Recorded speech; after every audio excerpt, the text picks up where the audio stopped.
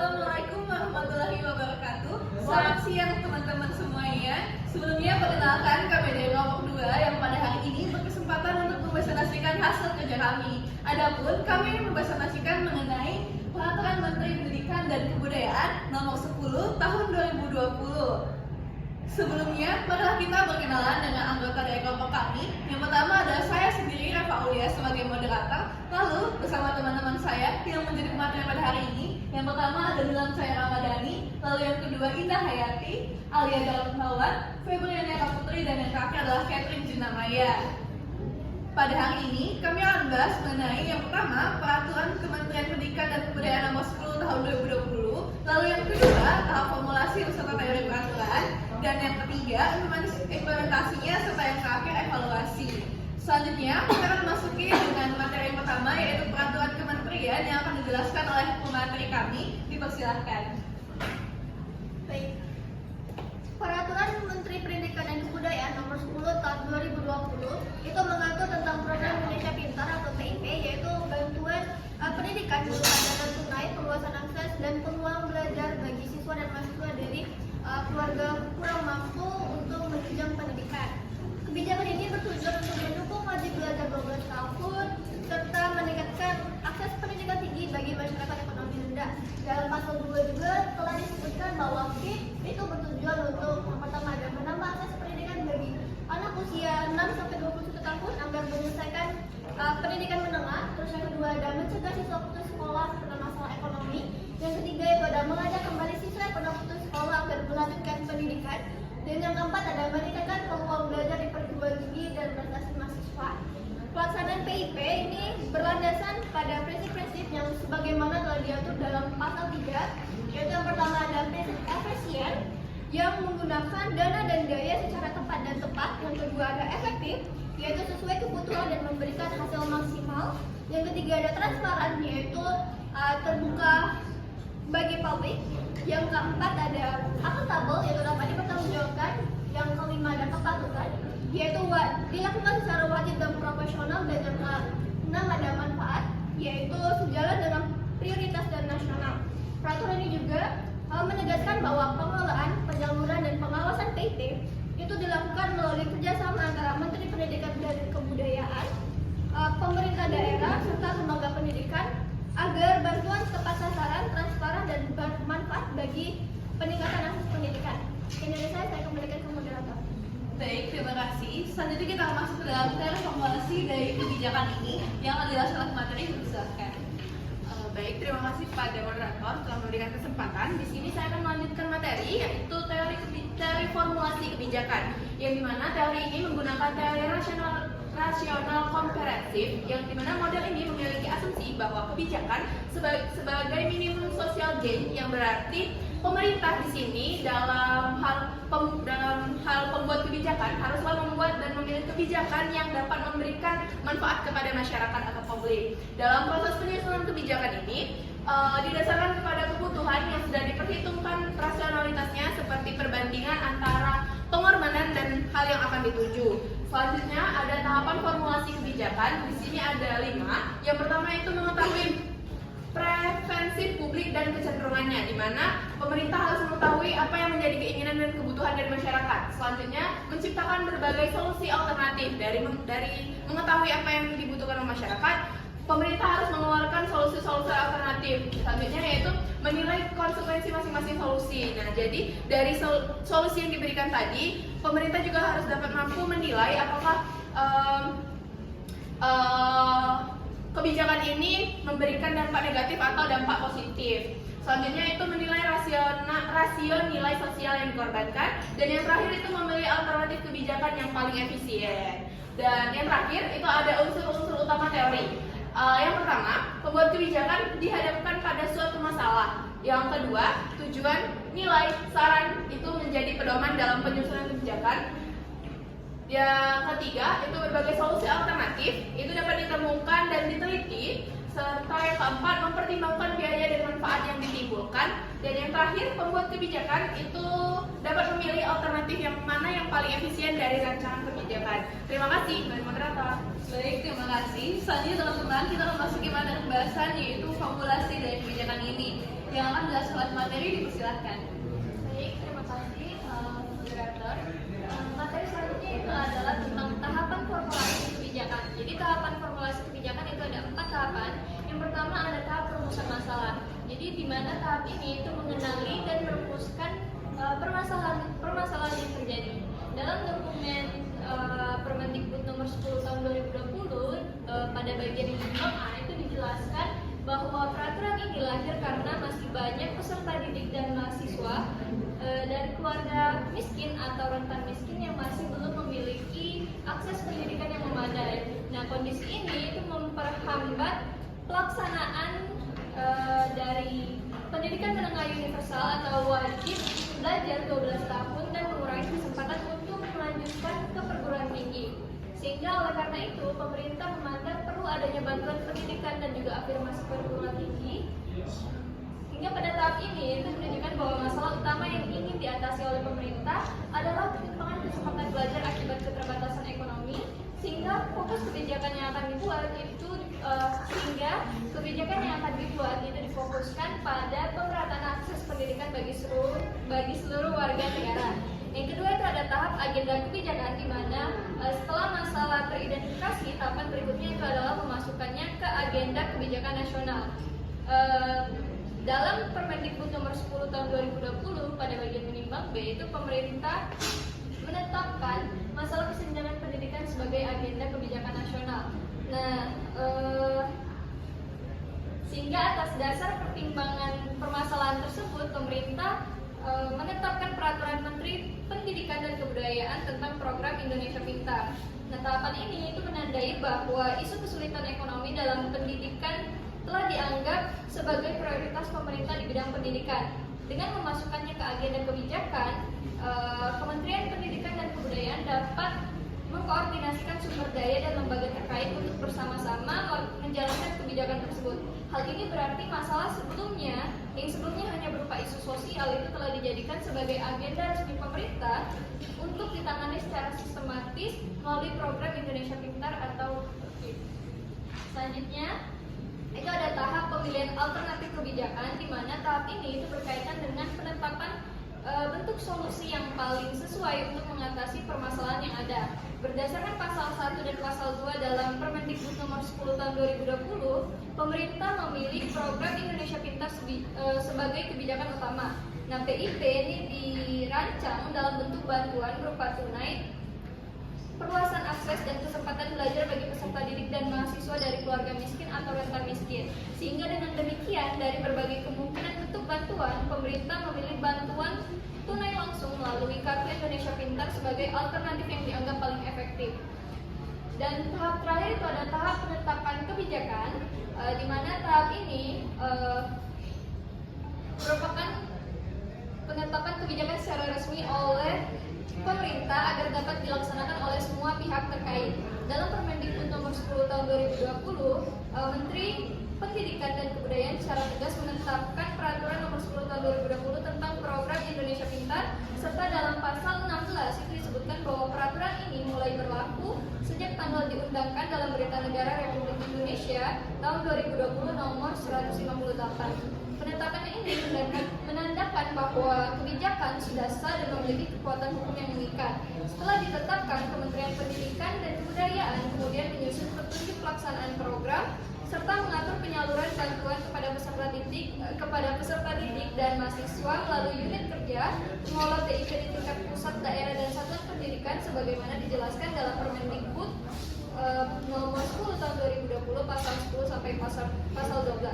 Tahap ini menjadi puncak dari proses formulasi kebijakan, di mana kebijakan yang telah dirumuskan dan dipilih itu akhirnya ditetapkan dan dilaksanakan secara nasional sebagai bentuk komitmen pemerintah dalam memperluas akses pendidikan bagi masyarakat yang kurang mampu.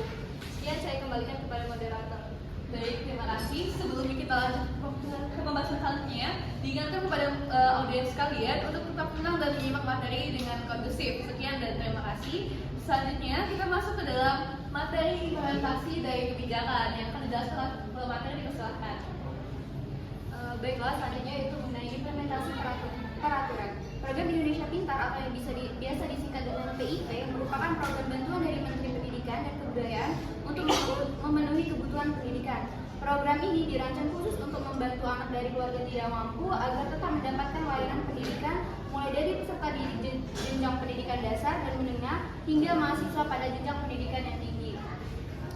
PIP juga membantu meringankan biaya personal pendidikan, mencegah agar siswa tidak putus sekolah, serta mendorong siswa yang sudah putus sekolah agar tetap mendapatkan melanjutkan pendidikan di satuan pendidikan formal maupun non formal. Menurut Peraturan Menteri Pendidikan dan Kebudayaan Republik Indonesia Nomor 10 Tahun 2020 tentang Program Indonesia Pintar bertujuan memberikan kesempatan bagi anak usia 6 tahun sampai dengan 21 tahun untuk mendapatkan layanan pendidikan sampai tamat satuan pendidikan menengah dengan mendukung pelaksanaan pendidikan menengah wajib belajar selama 12 tahun. Agar Permendikbud Nomor 10 Tahun 2020 ini bisa benar-benar diterapkan, pelaksanaan melibatkan beberapa tahap yang harus dilaksanakan oleh instansi berbeda, baik itu pusat, daerah, sekolah, dan lembaga penyalur. Nah, berikut ini beberapa tahapan-tahapan dari implementasi, mulai dari identifikasi calon penerima, verifikasi dan validasi, penetapan penerima dan aktivasi rekening, penyaluran dan pencairan dana, pemantauan dan pengawasan hingga evaluasi dan pelaporan. Nah, di setiap tahapan ini memiliki tanggung jawabnya masing-masing dan memiliki tupoksinya masing-masing. Selanjutnya, studi kasus implementasi di lapangan. Kami mengambil studi kasus SMA 4 Kisaran Kabupaten Asahan, yang dimana beberapa penelitian dan studi lokasi telah mengkaji praktik implementasi PIP berdasarkan Permendikbud Nomor 10 Tahun 2020. Salah satunya di SMA Negeri 4 Kisaran Kabupaten Asahan. Sekolah ini membantu memberi pengarahan dan menangani dana pencairan PIP kepada para siswa agar dapat menggunakan bantuan ini dengan baik dan mengutamakan keperluan sekolah. Program Indonesia Pintar ini terbagi atas dua bagian, yaitu siswa yang memiliki kartu Indonesia Pintar dan siswa yang tidak memiliki kartu Indonesia Pintar. Menurut Ibu Fahrina Irmayani SE selaku pengelola dan operator bagian PIP di SMA 4 Kisaran mengatakan bahwa pencairan dana PIP tahun 2020 sebanyak 107 orang siswa yang memiliki KIP sudah pasti mendapatkan pencairan dana, sedangkan siswa yang tidak memiliki KIP bisa mendaftarkan dirinya ke program tersebut dengan cara mendaftarkan dirinya dengan berkas-berkas yang dibutuhkan. Berdasarkan penelitian yang telah dilakukan oleh Elvira dan kawan-kawan tentang implementasi peraturan Menteri Pendidikan dan Kebudayaan Nomor 10 Tahun 2020 tentang Program Indonesia Pintar sudah diterapkan dengan baik, komunikasi yang dilakukan sudah efektif, sumber daya juga sudah baik. Namun di posisi atas sikap para pelaksana kebijakan implementasi Program Indonesia Pintar tidak sepenuhnya berjalan dengan baik. Lalu struktur birokrasi atau SOP yang ada juga sudah dilaksanakan dengan baik. Hal ini terlihat pada bagian tugas para pelaksana kebijakan dalam melaksanakan tugasnya sesuai dengan prosedur atau petunjuk teknis yang dibutuhkan. Saya kembalikan ke moderator. Baik, terima kasih. Selanjutnya kita masuk ke dalam materi yang terakhir, yaitu evaluasi dari kebijakan yang akan dijelaskan oleh materi. Dipersilakan. Baik, jadi analisis terkait evaluasi kebijakan penerapan program Indonesia Pintar ini dianalisis menggunakan model CIDP yang berisi tentang konteks, input, proses, produk yang dikembangkan oleh Daniel Stalin. Yang pertama itu konteks itu artinya berhubungan dengan penyesuaian antara latar belakang atau kebutuhan yang mendasari adanya pembuatan dan juga perencanaan program PIP ini, yaitu karena masih adanya kesenjangan pendidikan di Indonesia. Jadi menurut hasil penelitian, Bustan dan kawan-kawan melalui PIP ini ternyata ada bantuan pendidikan yang diberikan kepada siswa di SD Negeri 1 Cijawi yang memiliki latar belakang ekonomi keluarga yang tidak mampu. Lalu masuk ke proses input, yaitu berkaitan dengan penyediaan dan pengelolaan sumber daya yang dimiliki secara efektif. Jadi berdasarkan hasil penelitian sama berdasarkan penelitian dari Bustan dan kawan-kawan, ternyata pada penelitian di SD Negeri 1 Cijawi ini ada dana yang tersalurkan, ada sumber daya manusia yang dimiliki, dan ada infrastruktur yang tersedia. Namun pencairan dana dan proses distribusi dana masih mengalami keterlambatan dan perbaikan menjadi lebih optimal juga masih dibutuhkan. Selanjutnya kita masuk ke bagian proses. Proses ini artinya melihat bagaimana proses penerapan PIP ini dijalankan dan proses pelaksanaan PIP ini telah dilakukan, namun di lapangan ternyata masih menghadapi beberapa tantangan. Berdasarkan hasil penelitian dari Iwan dan Rahmawati, pada penelitian di Kabupaten Sukabumi, pihak sekolah membantu dalam proses pendataan dan pemberkasan penerima PIP, dan proses perencanaan dana dilakukan oleh penerima sesuai dengan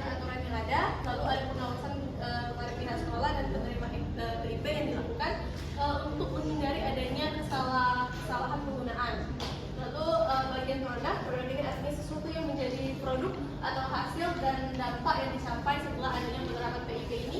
Pada beberapa penelitian ternyata menunjukkan bahwa dengan adanya PIP ini memberikan dampak yang positif dengan adanya kesempatan baru bagi anak-anak di Indonesia untuk mendapatkan akses pendidikan yang layak. Jadi berdasarkan hasil penelitian, Henny dan kawan-kawan, implementasi PIP di SMA Negeri 13 Semarang menunjukkan tingkat siswa putus sekolah menjadi turun secara signifikan.